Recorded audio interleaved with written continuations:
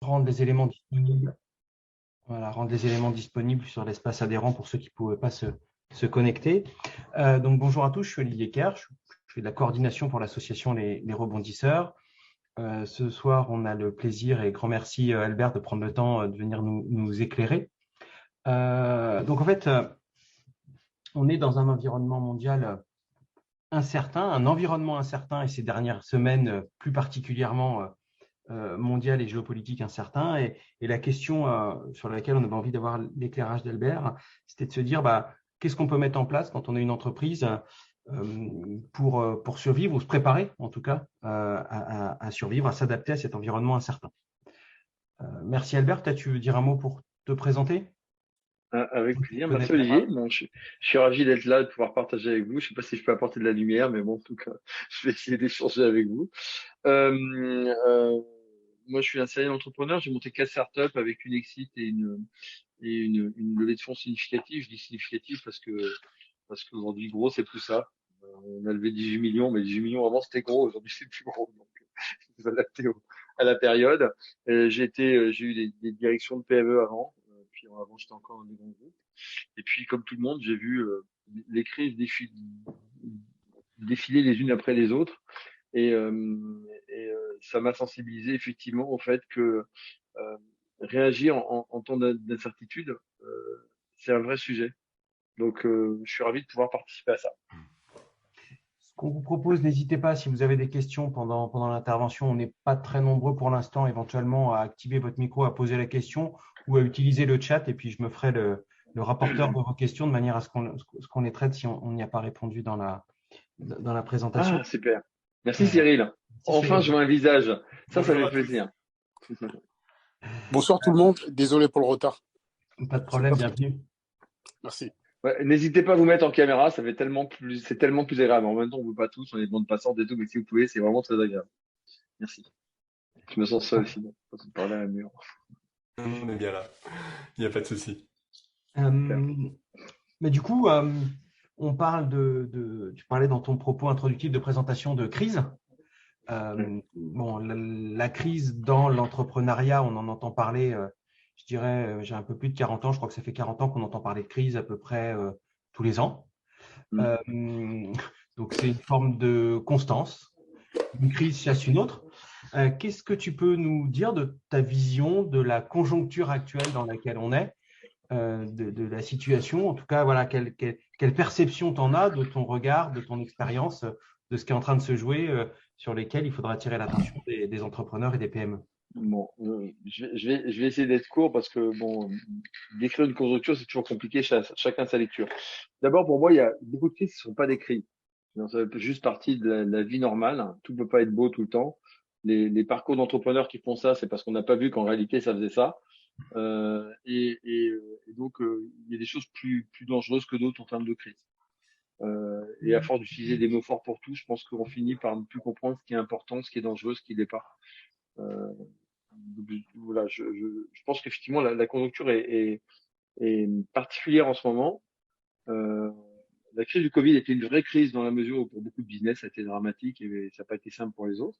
Là, on arrive dans une période, évidemment, on a tous les signaux géopolitiques, hein, l'Ukraine, Poutine qui a dit qu'il considérait que l'Union européenne était solidaire de l'Ukraine dans le fait d'être des belligérants. Ça veut dire qu'ils se donnent le droit de nous balancer des bombes. Non, c'est ça que ça veut dire, hein, juste en français.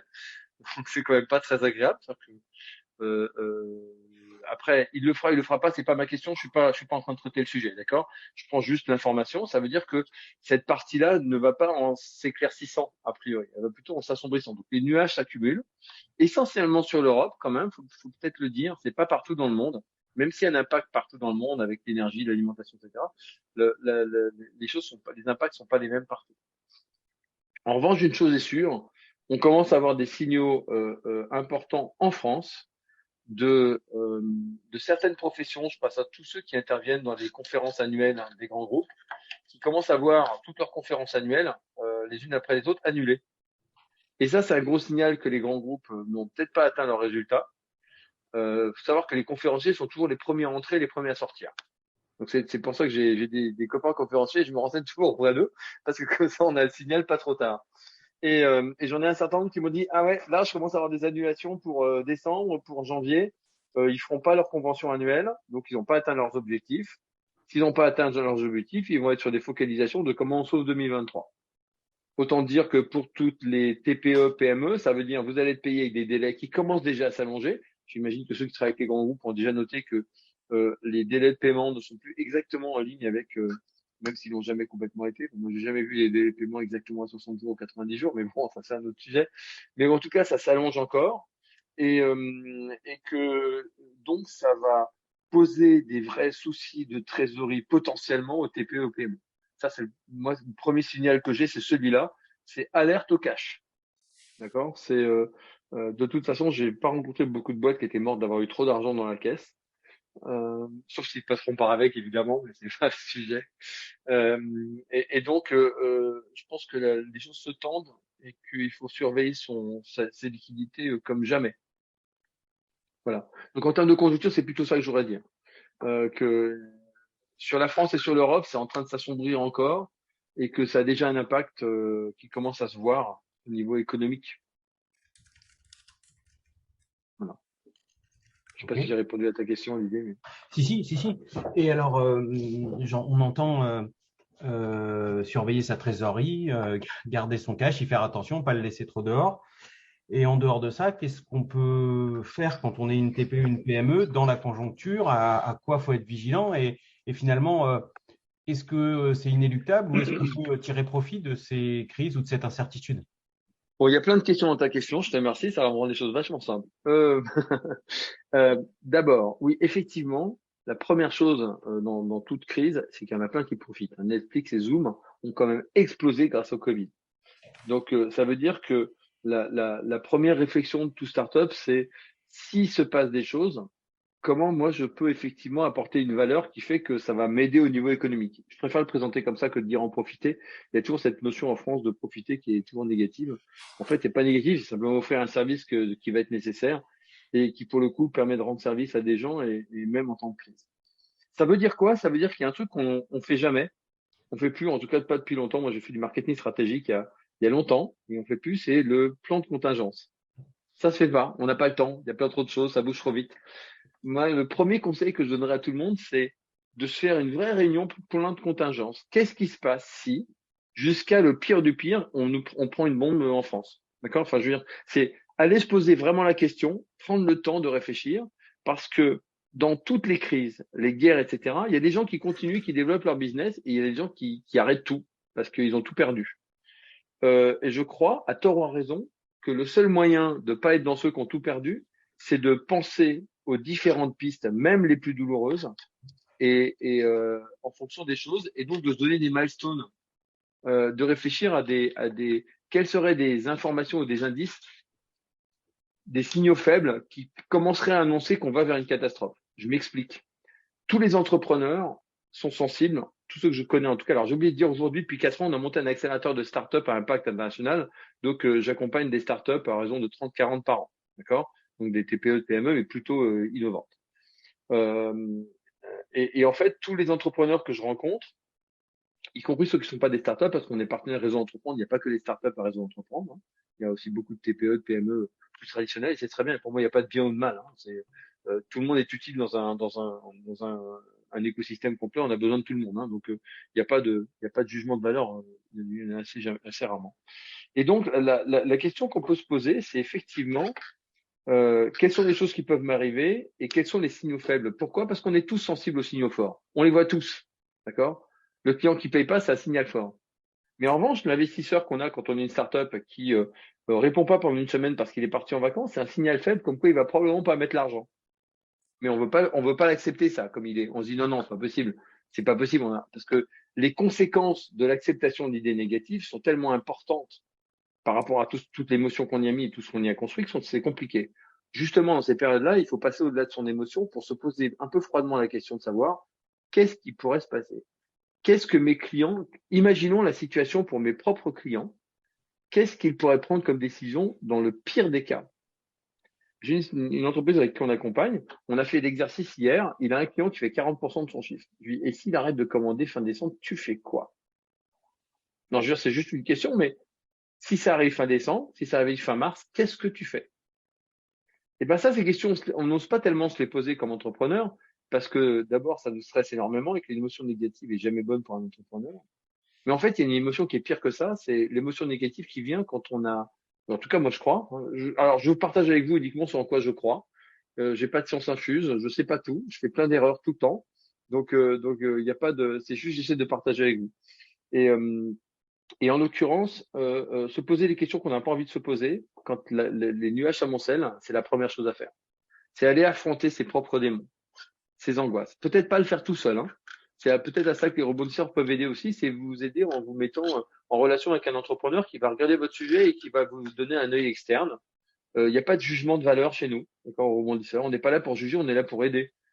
Parce que la plupart des rebondisseurs, on s'est tous plantés, on a tous eu des échecs, d'accord. Donc on se fiche complètement de savoir si vous avez bien fait, pas bien fait, parce qu'on n'est pas franchement des champions. On s'appelle pas Zuckerberg ou Edison. On n'a jamais fait d'erreur, on a monté des boîtes monstrueuses, etc. C'est pas ça. Nous, on fait partie des gens normaux qui ont monté des boîtes. Il y en a qui ont réussi, il y en a qui n'ont pas réussi. Globalement, on s'en sort plutôt bien, mais c'est aussi parce qu'on a affronté nos démons en fait. Et c'est une chose dont on parle assez rarement. C'est aller affronter les choses que vous voulez pas affronter. Je pense que c'est le moment. Vous posez les bonnes questions, le fameux plan de contingence. Et qu'est-ce qui se passe si il y a la crise, tout ça, mais pas moi directement. J'ai mon gros client qui pèse 30% de mon chiffre. Qu'est-ce qui se passe si ça n'impacte suffisamment, si son chiffre n'est pas assez bon et s'il coupe le machin fin mars, par exemple. Et au moment où je pense que c'est gagné, où je pense que mon avis va être fait, il plante au bout de 3 mois. Se poser ce genre de questions, de savoir ce que je vais faire, ça amène à une deuxième étape, qui est de se dire, qu'est-ce que je peux faire? Parce que se poser des questions, c'est toujours vachement sympa, mais qu'est-ce que je peux faire? Moi, j'ai un seul conseil à vous donner pour avoir aidé à redresser certaines entreprises qui commençaient à partir en difficulté. Le seul conseil, c'est la première chose qui nous bloque dans le fait de mettre en place des actions. Plan d'atténuation, c'est moins stressant. Ouais, je suis d'accord. Plan d'atténuation, c'est moins stressant. Euh, Moi, je préfère un plan de préparation. D'accord? On prépare des hypothèses de choses qui peuvent être catastrophiques ou douloureuses. D'accord? Et ensuite, on met en place un plan en fonction de chacune de ces trucs-là. Pour reprendre ce que je crois que c'est Cyril qui a envoyé ça. Donc, on a son analyse de la situation qu'il faut être le plus honnête, peut-être le faire avec plusieurs. Ensuite, à partir de là, on essaie de dire c'est quoi les signaux faibles qui vont m'indiquer qu'il y a un problème.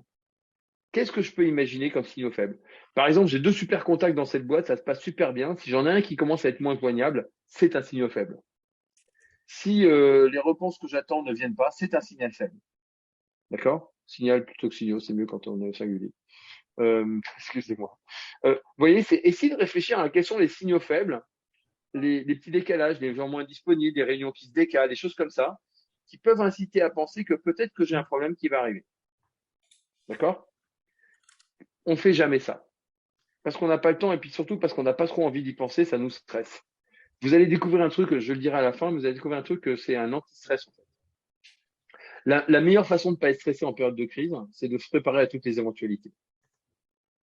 Parce que la première chose qu'on fait quand on est en période de crise et qu'il y a une partie qui se réalise, c'est on appuie sur le plan d'action qu'on avait déjà imaginé. On n'est pas dans la page blanche qui nous stresse encore plus. C'est pour ça que je vous dis ça. La préparation, c'est l'essentiel de la recommandation que j'ai pour les startups, pour les entreprises, pour les TPE et les PME. C'est se préparer au pire, donc affronter le pire. Et peut-être pas tout seul, préparer ça. Et derrière, lister les signaux faibles pour chacun des cas que vous avez listés, qui pourraient vous donner un indice que peut-être qu'on va dans cette direction. Pourquoi le faire? Parce que vous allez le sentir. Vous allez vous réveiller au milieu de la nuit en disant, oh là là, je sens que c'est pas bon là. Donc, vous avez eu un signal faible que vous n'avez pas voulu reconnaître. Votre subconscient, il vous dit, hé vieux, t'es gentil là, mais il y a un truc qui vient de se passer. Hein. Moi, ma dernière startup, je l'ai perdu, j'étais dégagé par mes actionnaires. Hein. J'avais eu plein de signaux faibles. Hein. Je les ai juste pas du tout écoutés en disant non, mais c'est normal, ça peut pas être parfait, puis on va vachement vite, blablabla. Enfin, toutes les choses qu'on se raconte quand on essaie de se rassurer. En fait, si j'avais juste regardé les faits et les échanges qui n'avaient pas eu de retour, les messages envoyés qui n'avaient pas été répondus comme je m'attendais, et je l'avais posé sur la table, j'ai un problème qui va arriver. J'ai un truc qui va m'arriver. Les signaux faibles sont les annonciateurs des catastrophes. Donc, préparer tous ces scénarios catastrophes, les gros et les petits. Hein. Je perds une personne clé de mon entreprise. Hein. Enfin, c'est dans les signaux faibles, il y a ça qu'il faut surveiller aussi. Hein. si vous avez un patron technique ou un expert technique qui vous pilote et qui vous sauve les projets et que vous sentez ça, il y a un truc qui se passe, il est moins motivé, il y a un plan d'urgence à mettre en place tout de suite. Parce que en période de crise, les meilleurs, ils vont là où ils seront à l'abri. S'ils pensent qu'ils sont pas à l'abri chez vous, ils vont partir tout de suite. Ce sont les premiers à réagir. Donc voilà. Essayez de préparer les choses, de les structurer pour être le moins au dépourvu. Et s'il se passe rien, vous savez quoi? Je vous dirais que l'exercice était vachement intéressant parce que, ouais, ça m'a permis de réfléchir à mon entreprise différemment. Et s'il se passe quelque chose, vous allez rentrer directement en mode action. Dans toutes les situations difficiles, ce qui est très difficile, c'est la courbe de deuil. Le temps d'acceptation, etc., jusqu'à remonter de l'autre côté de le temps de l'action. Parce que quand on passe dans l'action entrepreneur, on oublie un peu nos émotions. Or, la préparation, elle sert à passer au-delà de vos émotions. Parce que ce qui vous tue, c'est l'émotion. Et je vais parler d'une émotion, c'est l'émotion humaine.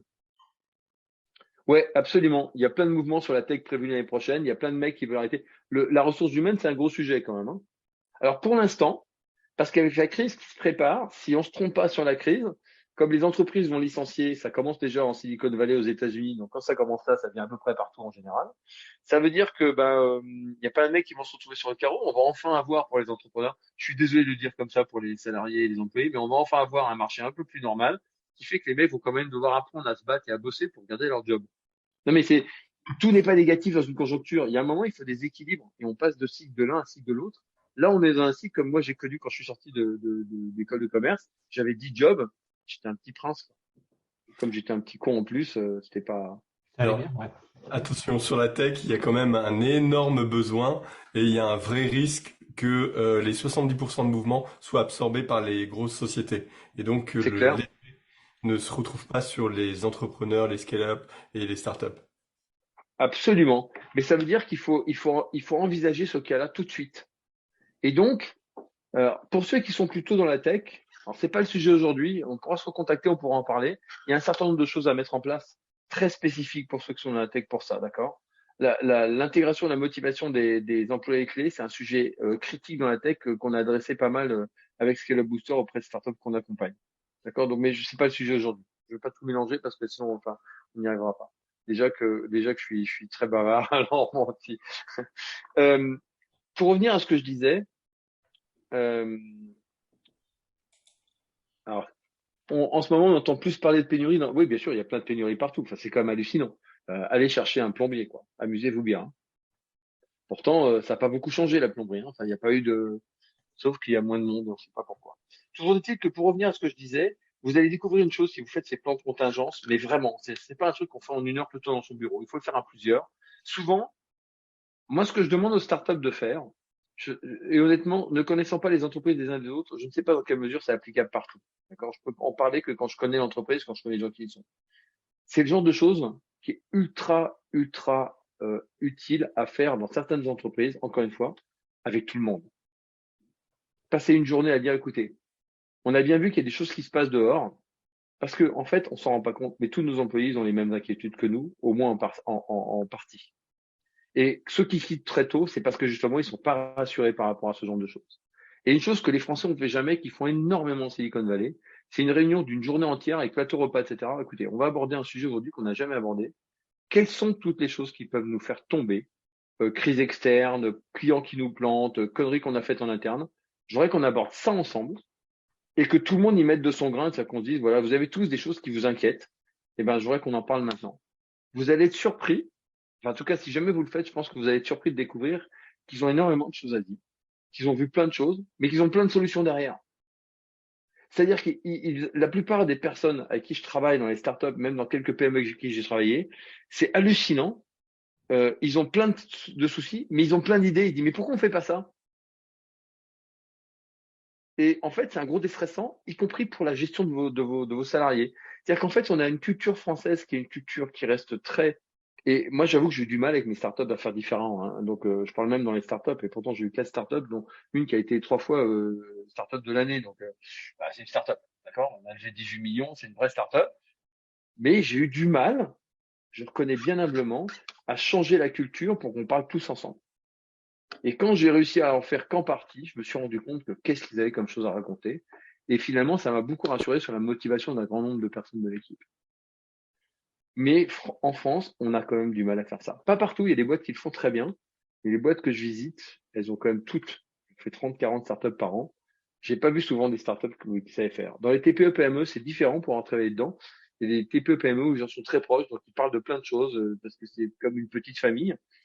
Mais c'est pas facile partout. Mais contrairement à ce qu'on pense, c'est souvent en partageant ces inquiétudes, tant qu'il n'y a pas de raison que l'inquiétude soit matérialisée, qu'on arrive à travailler sur des pistes ensemble. Et donc, si on le fait ensemble, forcément, ça solidifie l'équipe, quoi. Faut jamais oublier une chose, hein, c'est quand on vit des choses difficiles ensemble qu'on solidifie les relations qu'on a avec les uns les autres, hein. Regardez certains de vos copains, relations amicales, etc. Vous êtes peut-être construits dans la douleur, hein. Moi, j'ai des super amis. Ma dernière boîte, je me suis fait dégager par mes actionnaires. J'étais dans le trou pendant 4 mois. Il y a des mecs qui m'ont tendu la main.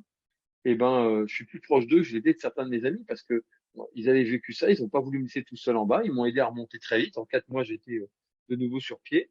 Ça crée des liens forts parce que c'est dans la douleur.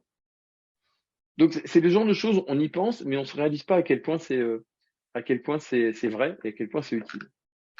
Donc mon premier, Je me ah oui, permets surtout interrompez. de partager ce que tu évoques sur le fait d'anticiper. On peut l'anticiper et je partage juste un exercice que certains ont peut-être déjà fait dans leurs entreprises qui s'appelle le pré-mortem qu'on peut faire avec son équipe, Très bien. qui est un très bon exercice, c'est-à-dire que ça, on peut l'appliquer à un projet. On peut l'appliquer à une stratégie d'entreprise à des échelles différentes et on réunit son équipe en disant « Ok, ce projet-là, on y est, on est au bout, ça n'a pas marché. On a échoué. On va lister ensemble toutes les raisons qui ont pu faire qu'on a échoué sur le projet. » Et évidemment, la transformation avec l'équipe, c'est de dire « Bon, personne n'a envie d'échouer, qu'est-ce qu'on fait par rapport à tous ces risques qu'on a identifiés ?»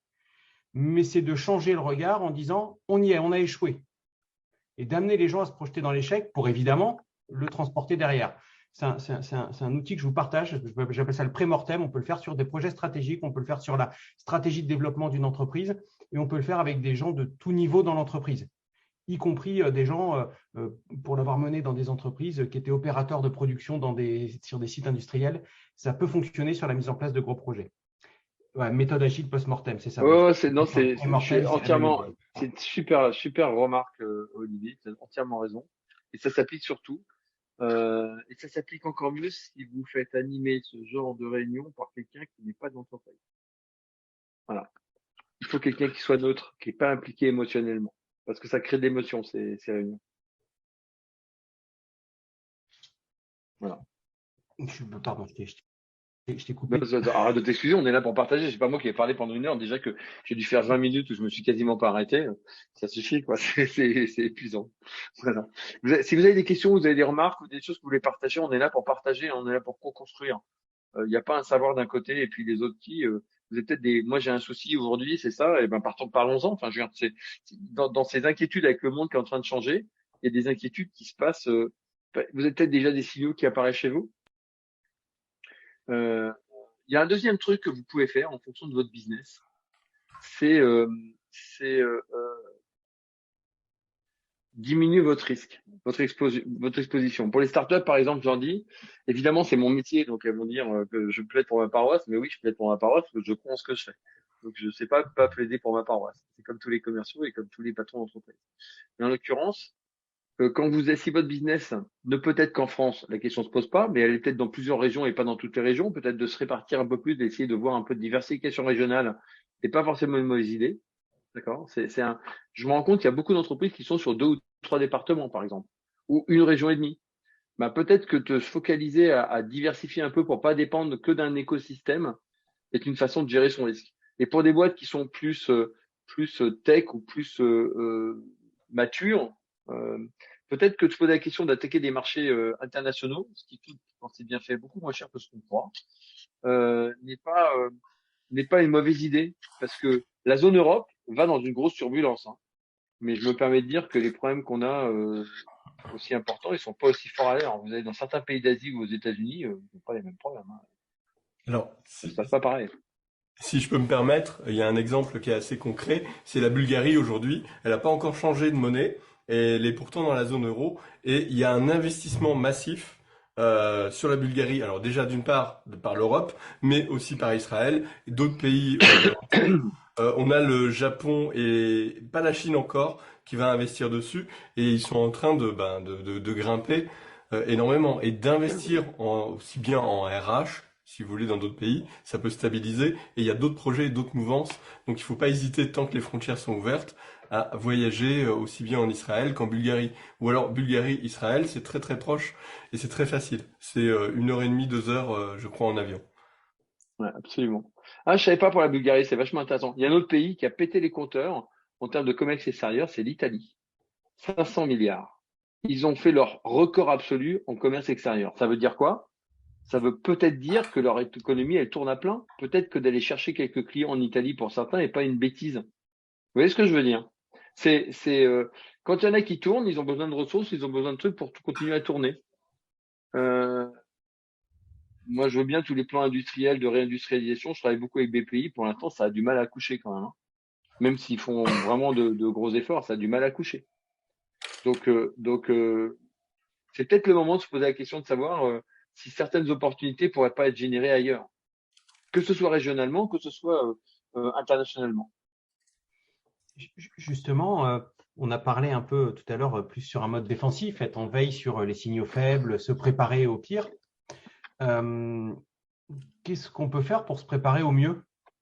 Je m'explique, c'est-à-dire qu'on s'est préparé à réagir si quelque chose arrivait, comment se défendre dans l'entreprise.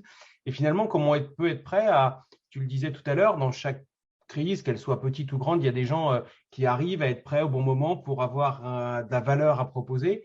Comment on se prépare au mieux, quoi? Je suis très gêné. J'ai l'impression que tu es en train de me demander de parler de ce qu'on fait au quotidien avec les startups. En fait,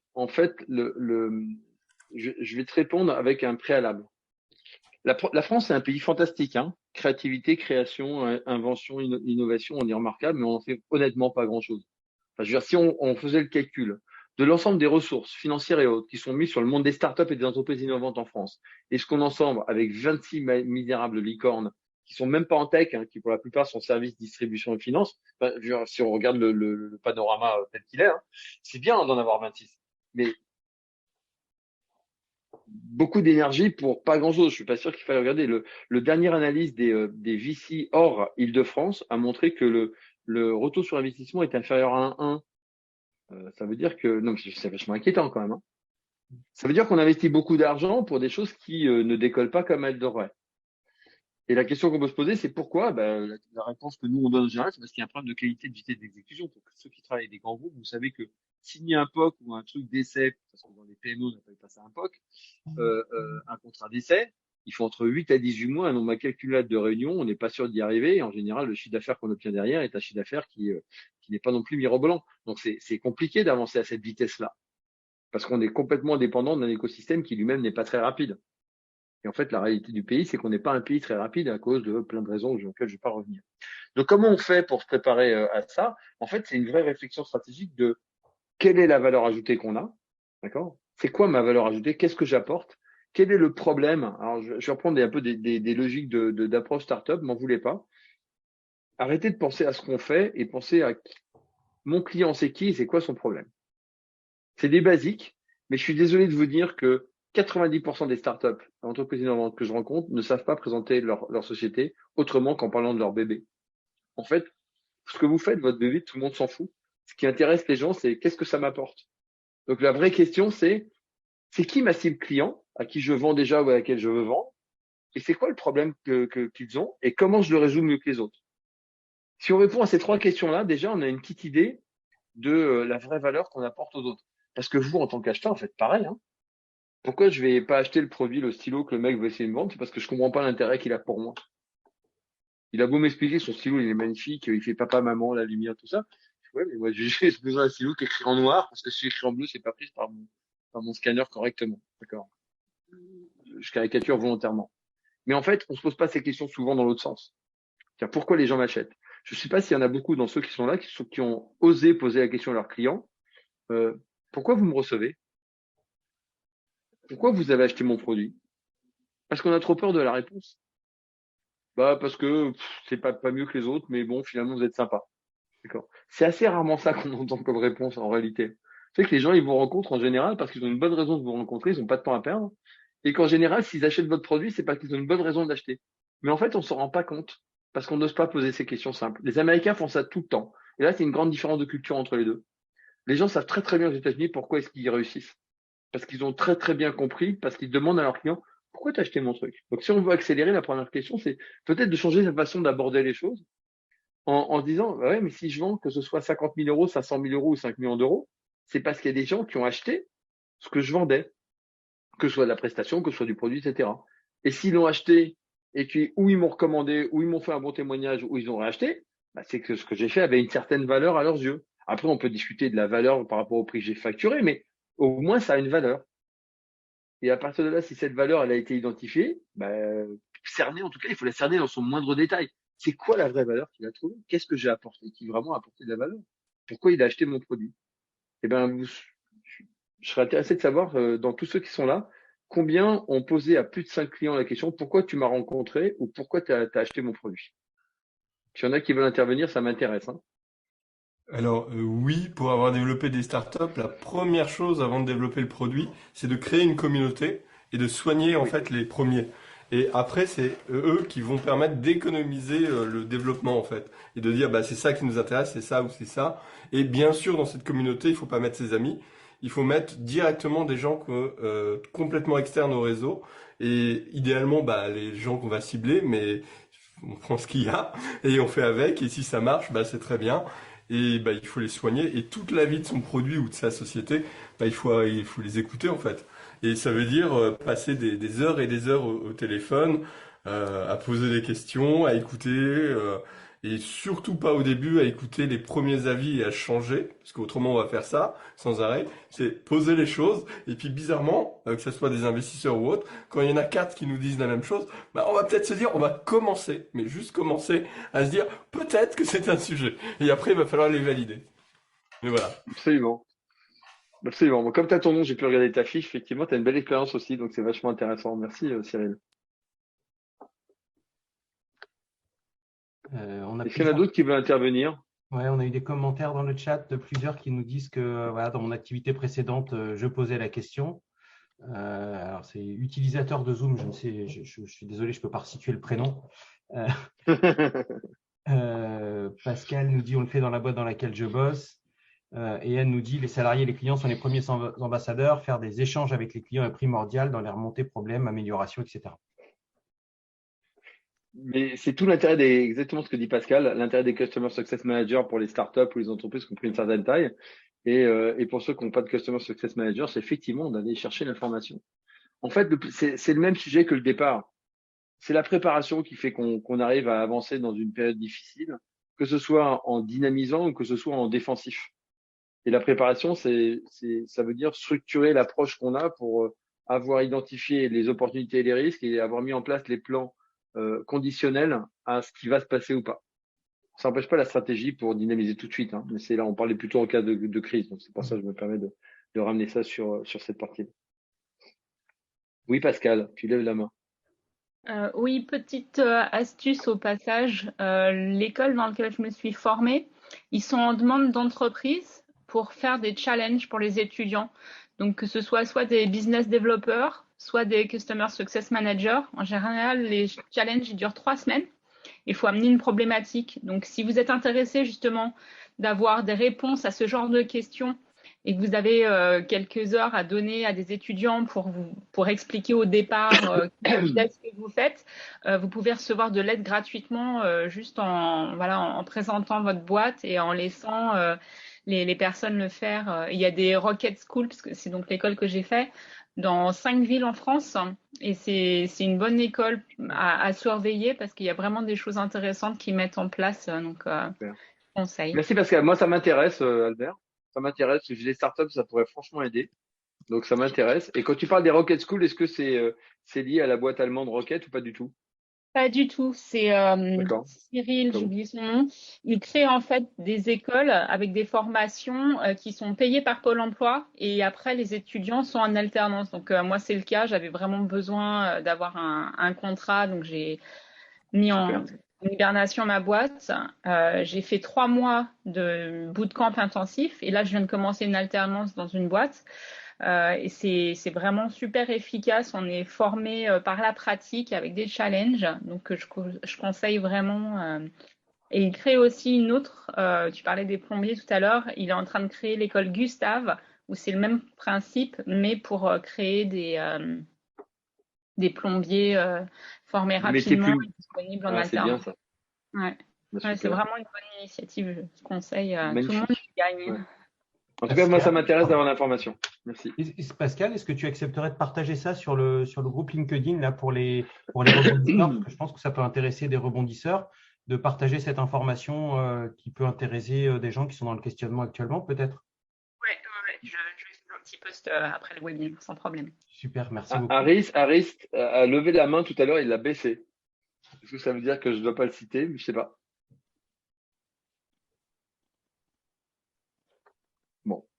Du coup, c'est chose faite. Je vais l'avoir cité. Moi, je vais juste aussi compléter. Je vais aller dans l'autre sens, enfin, abonder un peu dans ton sens, Albert, en disant que c'est quand même, moi, je trouve assez rare d'avoir cette question. Personnellement, je suis responsable achat dans un grand groupe alimentaire et tous les commerciaux que je peux rencontrer et lorsqu'on les sélectionne sur des appels d'offres, j'ai jamais eu cette question de pourquoi vous nous avez sélectionné nous et pas nos concurrents, en quoi notre offre s'est différenciée.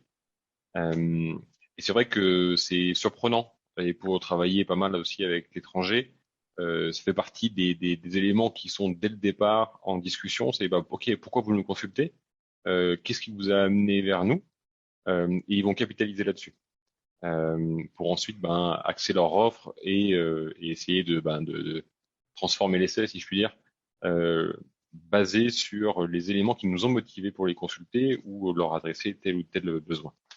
Mais en France, c'est quand même assez rare. Alors, ça dépend peut-être de l'écosystème ou le type de société dont on parle, mais on squeeze souvent ce passage-là. Super intéressant, Arnaud. Un grand merci. C'est d'avoir un procurement dans la salle, c'est vachement intéressant parce que c'est un œil différent, justement. Mm-hmm. Merci. D'autres souhaitent intervenir?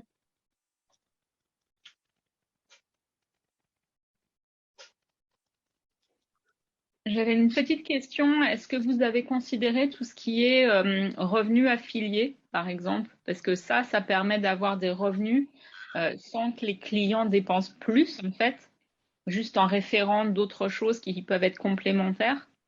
Je sais que moi, c'est quelque chose que je mets en place beaucoup, déjà parce que ça va être une des rares façons que je vais avoir cette année de faire de l'argent, étant donné que je fais vraiment beaucoup moins de travail client, vu que j'ai ce nouvel emploi, là, cette alternance. Et par exemple, c'est référer des logiciels qui sont complémentaires à mon activité, sans surcoût du coup pour la personne. Et je ne sais pas si c'est quelque chose qui est répandu dans vos sphères, si ça vous intéresse. Alors, c'est vachement intéressant ce dont tu parles, Pascal. Dans le monde des startups, il y a beaucoup ce genre de choses où on essaye effectivement de fédérer énormément de choses pour offrir une valeur ajoutée globale et puis les uns les autres ont tendance à se faire payer sur à peu près tout. Parfois un petit peu trop d'ailleurs dans le monde des startups. Je trouve qu'il y a des fois ça exagère un petit peu, c'est-à-dire qu'ils finissent par pousser des solutions qui sont pas les meilleures mais qui sont celles qui vont comme partout, hein, des dérapages. Mais effectivement, je remonterai d'un cran la question si tu veux bien pour dire que sur la partie comment on prépare effectivement une période difficile, il y a toute la question stratégique de comment je m'assure d'un minimum de chiffre d'affaires. Donc évidemment il y a les clients, mais le client il y a deux choses, il y a les nouveaux clients et puis il y a comment je me garantis de maintenir mes clients, voire d'augmenter le panier avec eux. Tout ça, ça fait partie de la réflexion stratégique. Et effectivement, ce dont tu parles fait partie des moyens qu'on peut mettre en œuvre pour réussir à compenser, par exemple, la baisse de nouveaux clients par le fait d'améliorer l'offre qu'on fait pour des clients, que ce soit une offre que l'on facture en plus, que ce soit une offre pour laquelle on est rémunéré au demeurant parce qu'ils ont acheté des solutions qui leur convenaient, hein, dans un sens comme dans l'autre. C'est la même logique que d'être payé ou faire de la pub pour les applications mobiles.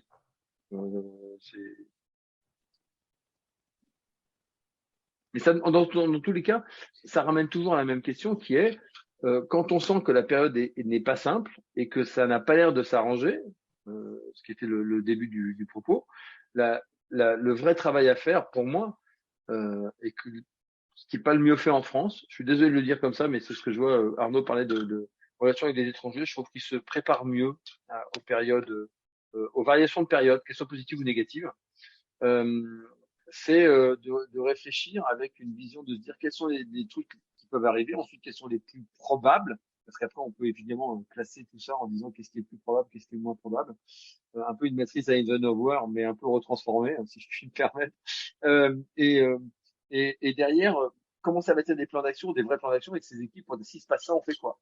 Et dans le on fait quoi, il y a effectivement, et si jamais on se dit pour faire notre chiffre, il faut qu'on fasse remplir un peu plus de choses que l'essentiel de ce qu'on fait d'habitude, ben oui, apporter des solutions parallèles, c'est important. En même temps, pour être très honnête, en tout cas pour les TPE, PME, les startups, j'ai une grande culture d'un bateau qui va en 5 directions différentes, il va nulle part, un bateau qui va dans une seule direction, même si c'est pas la meilleure, et en se réajustant, il va toujours à bon port. Autrement dit, si on focalise pas sur l'essentiel et on focalise sur trop de choses en même temps, il y a quand même de fortes chances que la croissance soit pas au rendez-vous. Nombre de startups que je rencontre qui ont au moins 2 ou 3 métiers différents parce que leur techno permettait de le faire, où ma première action c'est de dire, à un moment ou à un autre, il faut choisir. Parce que sinon, vous n'allez jamais vous développer. Donc, il y a un moment, c'est critique, évidemment. Parce que faire un choix est toujours douloureux. C'est un trade-off, comme disent les Américains. Mais c'est indispensable. Est-ce que c'est un gros mot de réduire ses besoins? Alors ça, c'est une très bonne question. Je vais aller un cran plus loin. On est tous des êtres humains.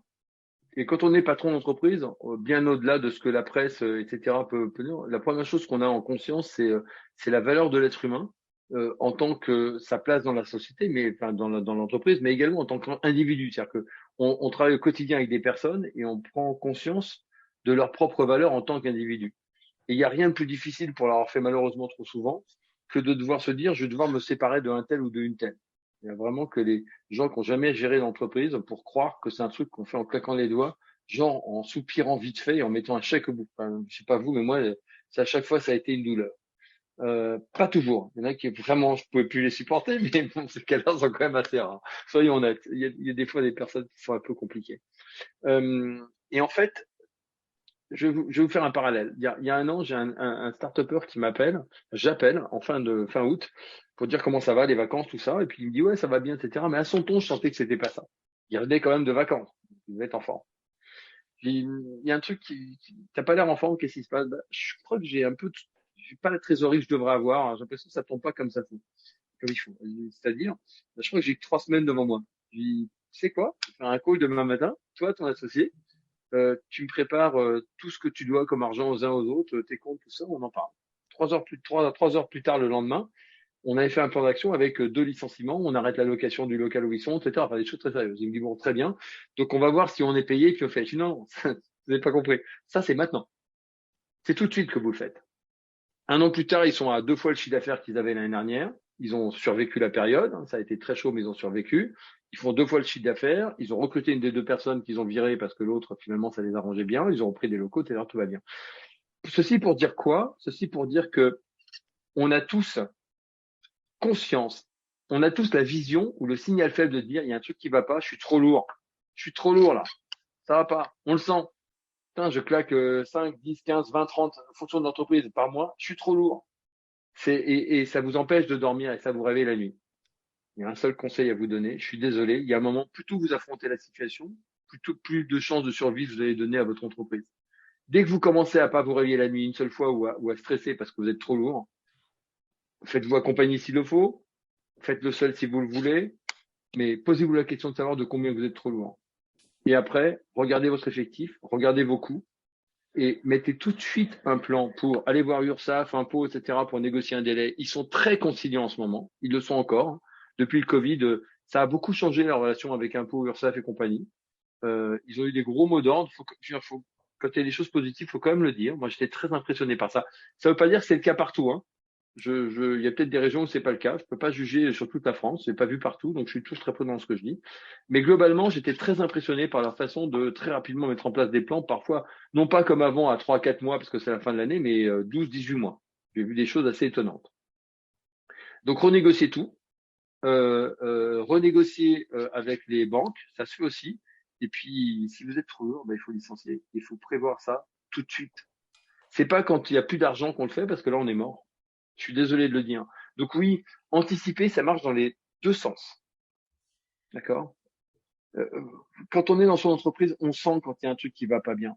On sent que moi, alors ce qu'on appelle dans les startups le burn rate, c'est la somme totale que je dépense tous les mois. Si je suis à 20 000 et que je vois que mes rentrées, c'est plutôt à 12-13 000, j'ai un problème. Je suis désolé de le dire. J'ai un problème. Et j'ai jamais vu une entreprise mourir d'avoir eu trop d'argent, mais malheureusement, des entreprises même mortes guéries, mais qui n'avaient plus d'argent, j'en ai vu un certain nombre. Et c'est là où en fait, contrairement à ce qu'on croit, le côté humain qu'on a, s'il s'applique à dire je vais attendre un peu parce que je peux pas imaginer licencier une ou deux personnes, en fait, vous rendez un mauvais service à tout le monde, contrairement à ce qu'on croit. Si vous affrontez la situation tout de suite, mais écoutez, on a un problème, on dépense trop. Moi, je l'ai fait avec mon équipe la dernière fois. Ça a été extrêmement douloureux. J'en parlais avec un rebondisseur qui s'appelle François Defitte, qui a monté Pop Chef, qui a explosé les compteurs tellement bien que ces 35 personnes et les X centaines de partenaires, il n'y avait plus de cash pour les payer. Donc, il a tout cassé, licencié 2 tiers du personnel, supprimé 80% des gens qui travaillaient. Il est reparti. Il a pris 10 ans, il a pris des cheveux blancs, vraiment. Et parce qu'il n'avait pas de temps préparé, parce qu'il n'avait pas écouté les signes faibles, il le dit lui-même. Il fera plus pareil. Et c'est reparti maintenant, il a levé 15 millions, ça marche super bien. Ce que je veux dire par là, c'est que préparer le pire, dès qu'on sent qu'il y a un truc qui va pas bien, c'est un truc que des grosses boîtes font parfois très très bien. On se dit mais ils gagnent plein de profits, pourquoi ils sont en train de couper tout ça, licencier et tout? C'est parce qu'ils ont compris qu'ils allaient vers le pire. Et qu'ils ont compris qu'il vaut mieux pas mourir et gagner plein de pognon pour pouvoir survivre ensuite. Et tant pis si on licencie du monde, plutôt que se dire on les garde parce qu'on est vachement sympa et finalement on est tous morts. Alors il n'y a pas que ces raisons, les grosses boîtes, je ne rentrerai pas dans l'éthique des grosses boîtes évidemment, d'accord. Mais ça reste quand même des êtres humains qui réfléchissent à des choses avec plus ou moins d'humanité évidemment. Mais quand on est patron de TPE, PME, d'affronter les choses le plus vite possible en disant on a un problème à toutes là, on a un problème, vous avez vu le chiffre d'affaires, ils sont pas plus bêtes que vous, ils voient bien que le chiffre d'affaires n'est pas au niveau des coûts, ils le savent, donc ils se disent la boîte va fermer, plutôt que de dire ça, écoutez, on a 2 personnes de trop dans l'équipe. Voilà, il y a un vrai sujet et j'ai une vraie décision à prendre, je voudrais savoir comment on le fait. C'est ce qui est le plus dur à faire comme patron d'entreprise, mais c'est aussi la façon la plus humaine de traiter pour moi en tout cas, de traiter le problème, d'affronter les choses. Vous savez, on n'arrête pas de pester, quel que soit le gouvernement, en disant mais gouverner c'est prévoir. La preuve, le nucléaire, ils ont vachement prévu depuis X dizaines d'années. Je j'ai pas de position politique dessus, d'accord. Mais ce qu'on critique chez les autres, il faut pas se le faire critiquer chez soi. Notre rôle à nous, de patron d'entreprise, c'est de gouverner, donc c'est de prévoir. Et prévoir, ça veut dire mettre en place les choses le plus tôt possible pour éviter que le pire arrive. On a une main levée, Albert, du côté. Alors, Gomez. Comme identifiant, oui. Oui, bonsoir, c'est Patrick Macron Gomez. Donc, pardon, mais on a que Gomez. Ouais, c'est moi qui a marqué. En fait, c'est moi, je me suis un peu gouré.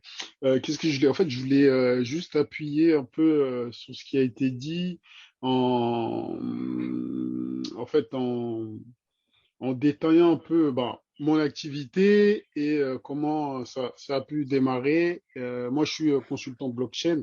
Donc, en parlant de formation, donc moi, je me suis formé en pleine crise du Covid. Donc, il y avait aucun signal qui disait que je suis on va dire, sur le bon chemin. Est-ce que vous m'entendez bien? Très bien. Oui, très bien. Ok, super.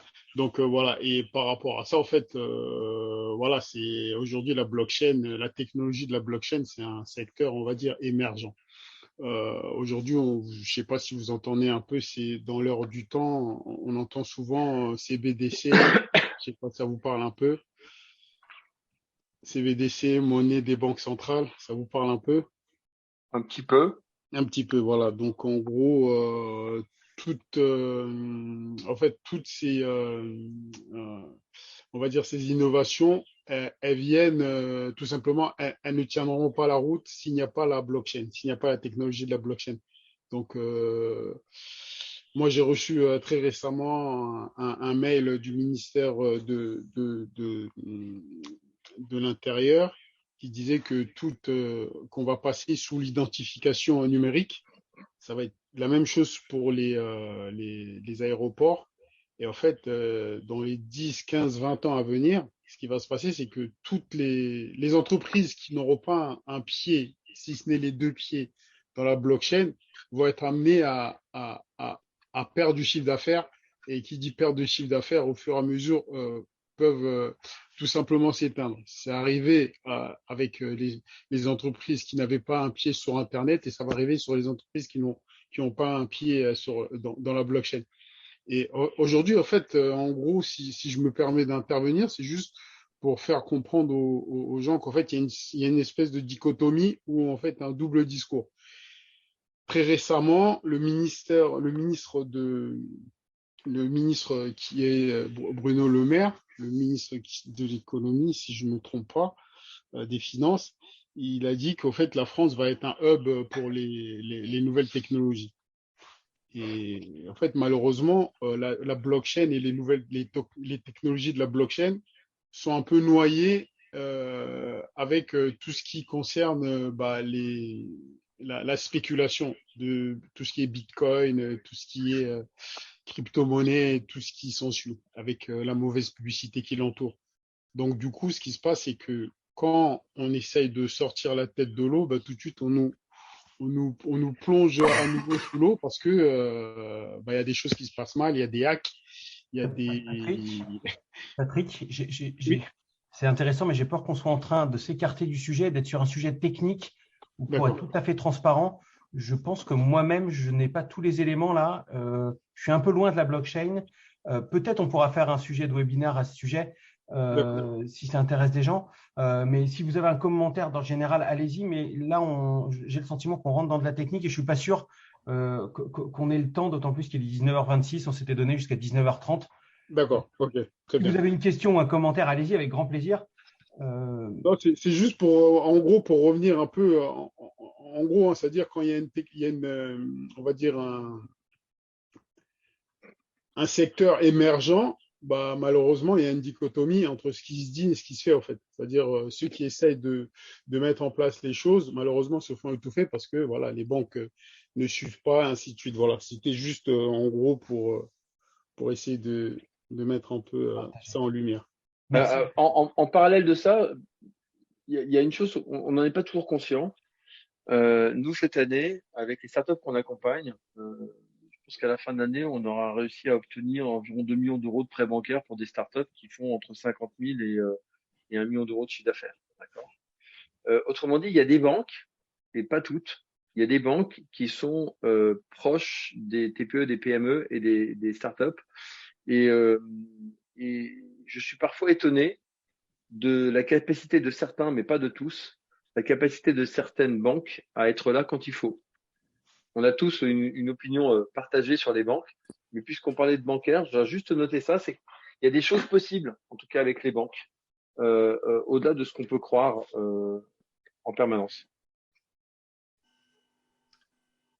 C'est bon à savoir. Merci. Merci. Aris, vous avez levé la main. Oui, j'ai levé la main. Bonsoir à tout le monde. J'espère si vous m'entendez. On vous entend. Très bien. Allez-y. Ok. Alors, merci déjà pour l'opportunité. Et j'ai noté, c'est vrai que nous sommes en plein mouvement ici. Nous sommes sur l'Afrique avec des expériences africaines. J'aimerais revenir sur l'aspect. Vous avez parlé de l'aspect international qui est justement qui présente justement le besoin d'aller à l'international pour avoir de nouvelles opportunités. Vous avez parlé également de l'Italie, de certains pays d'Europe. Et moi, je vous exhorterai justement au niveau de l'Afrique parce que aujourd'hui, avec des projets de développement liés à l'Union africaine qui parlent des zones d'intégration entre les peuples, justement, nous menons plein d'activités dans ce sens-là. Et j'aurais déjà dû me présenter dès le départ. Je suis Aris Tamutia, président d'une organisation de développement qui traite des questions d'intégration régionale, de cohésion entre les peuples et également de formation et renforcement des capacités des femmes et des jeunes. C'est justement dans le cadre de certaines de nos activités que l'on mène des travaux avec les Nations Unies le Fonds des Nations Unies pour le développement, la Chambre de commerce suisse africaine. Donc, je pense que cette plateforme est très intéressante pour un réel partage d'expérience aussi. Donc voilà, c'était ça ma petite contribution. Mais merci Harry. C'est vrai que l'Afrique a un potentiel pour connaître un petit peu et avoir un peu d'activité en Afrique. De connaître un petit peu. Hein. J'ai pas la prétention de connaître une dizaine de ce que connaît Harry. Ça s'improvise pas non plus. Hein. Ça se fait avec une préparation. Mais en fait, c'est comme tout. Hein. Je suis désolé. Je crois que je répète toujours les mêmes choses. Vous ne m'en voulez pas. C'est préparation, préparation, préparation. C'est comme les sportifs de haut niveau. Il faut passer un peu plus de temps à préparer et un peu moins à exécuter parfois. Et je crois qu'on est dans une période, si je devais résumer ce que j'ai dit, où il va falloir réfléchir à préparer et à structurer pour pouvoir exécuter d'une façon plus sereine l'année prochaine. Voilà, on est d'accord. Maintenant, j'aimerais savoir, c'est vrai que j'ai une préoccupation, est-ce qu'il est possible, puisque nous sommes en plein événement là, pour le mois de novembre, est-ce qu'il est possible d'avoir des collaborations avec la plateforme ou encore des partenariats pour les 50 ans?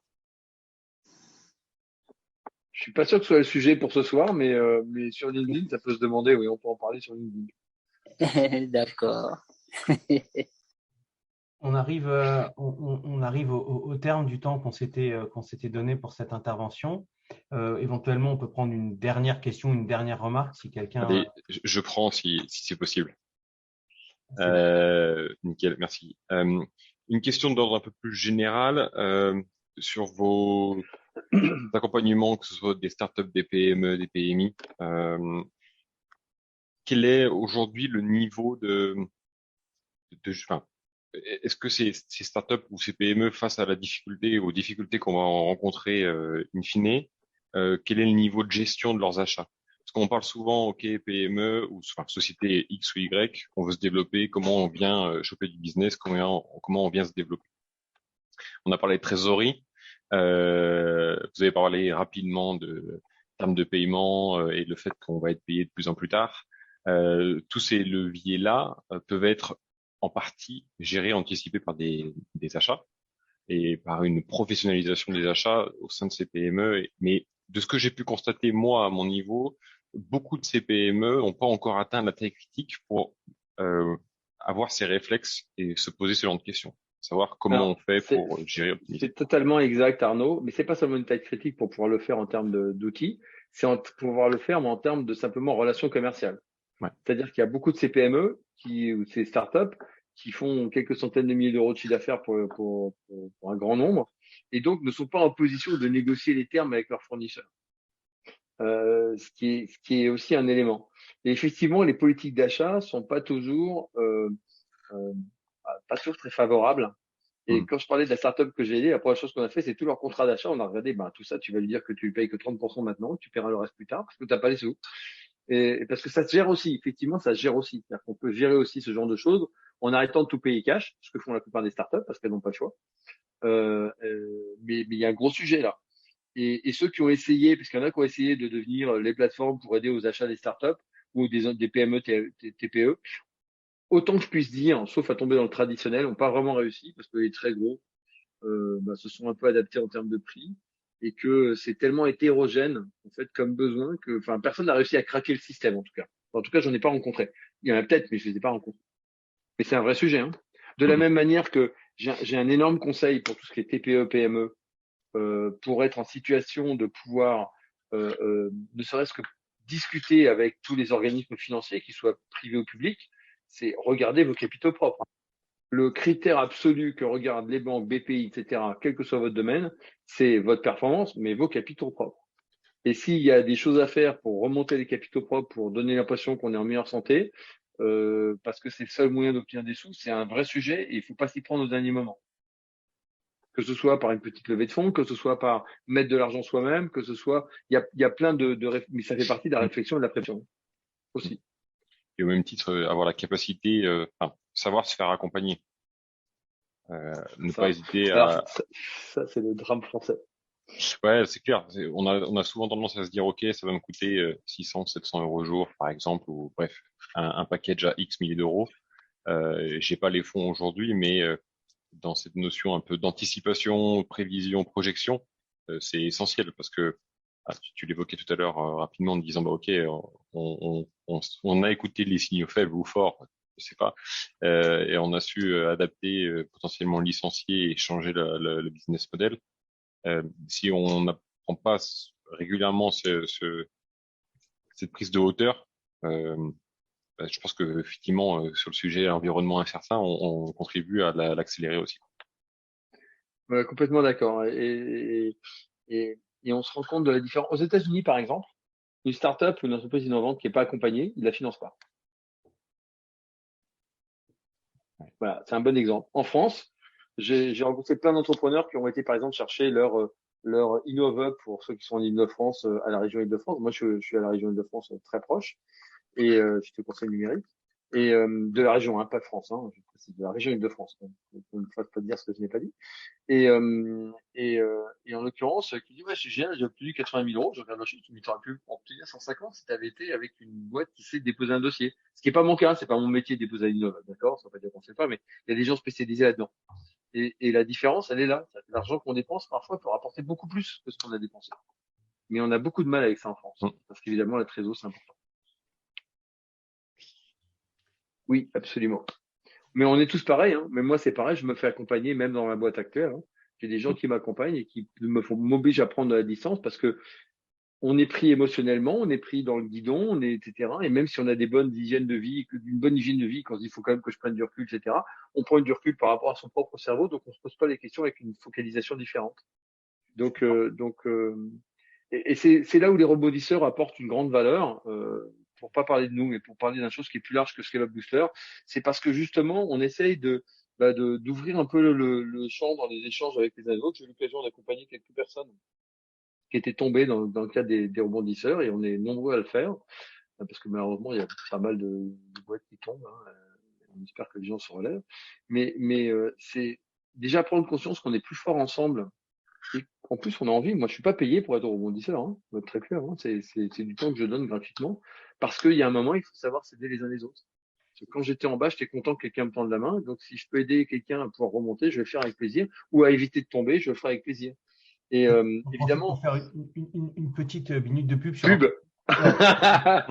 Bon, c'était un peu lancer la perche quand même. Ouais, c'est formidable, je la prends au vol, Albert, c'est super.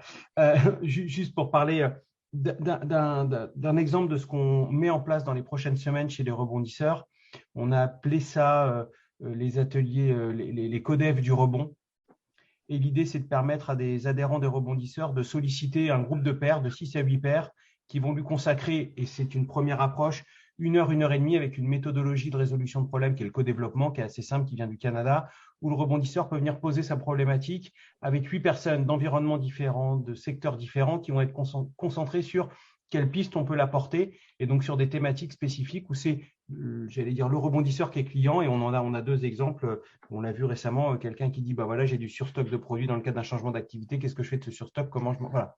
Donc de réunir en effet des gens, et si on peut réunir des gens et éviter d'intervenir avant que les gens soient au fond du seau, parce que justement il y a l'expérience des pairs, c'est aussi à ça qu'on peut servir dans les rebondisseurs, et c'est ce qu'on essaye de développer un peu dans les semaines à venir. En tout cas, vous entendrez parler pour ceux qui sont adhérents. D'ailleurs, c'est une chose que j'aurais pu recommander dans les périodes où ça commence à être difficile. Il faut travailler son réseau pour avoir des gens autour de soi. C'est vraiment une chose importante. Il ne faut pas être tout seul dans son coin. Et ça, c'est vraiment, vraiment, vraiment important. Et nous, on est pareil dans le cas des rebondisseurs ou dans d'autres cas, pour des cas plus spécifiques que ce que font les rebondisseurs. Sachez que, par exemple, nous, on a des startups qu'on a accompagnées, des consultants très spécifiques qui sont spécialisés dans la résolution des problèmes extrêmement complexes. Quand vous avez tout essayé et que ça marche pas, on a encore des gens qui savent faire. C'est pas une blague, hein. J'en connais qui ont des méthodes, et je les ai éprouvées, où quand ils ont tout essayé, des consultants, des machins, tout ça marche pas, on n'arrive pas à résoudre notre problème, surtout pour des ETI, etc., des boîtes un peu plus grosses, hein, même des grosses startups, et méthodes absolument incroyables. Donc ça existe. N'hésitez pas à vous connecter à Olivier, tu devrais mettre ton nom parce que on voit les rebondisseurs français, mais il faudrait qu'on ait ton contact, parce que si on se connecte aux rebondisseurs, on n'est pas sûr de tomber sur toi, même si on finit toujours par tomber sur toi. Moi, vous avez les miens, on est à votre disposition. N'hésitez pas, si vous voulez juste un échange comme ça, avec grand plaisir, que ce soit dans le cadre des rebondisseurs ou dans d'autres cadres. Moi, j'ai toujours plaisir, Olivier aussi, à échanger, à essayer de voir si on peut pas contribuer à vous aider, ou simplement vous donner un truc, ou vous mettre en relation Voilà, c'est très, ça fait partie des choses pour lesquelles on essaie de contribuer. Merci beaucoup, Albert. Donc, si je résume, se préparer, se préparer et se préparer, en fait. C'est ça. Et pas tout seul. Se préparer, se préparer, se préparer, et pas tout seul. Parce que là, c'est un résumé efficace. Merci à tous. Merci à tous pour votre présence. On a enregistré et le podcast sera sur la page des rebondisseurs dans la partie podcast. Pour ceux qui sont adhérents, vous pourrez le revoir et voir les autres podcasts. Merci pour votre présence. À très bientôt et en effet à votre disposition pour échanger sur les réseaux sociaux, sur LinkedIn. Il y a Anne qui est connectée, qui est directrice générale de l'association également, Anne Baron. Donc, n'hésitez pas à nous solliciter s'il y a des questions. Mais merci pour votre présence ce soir et bonne soirée à tous. À très bientôt. Merci, bonsoir. Merci pour l'événement. Bonne soirée. Merci, au revoir. Merci encore.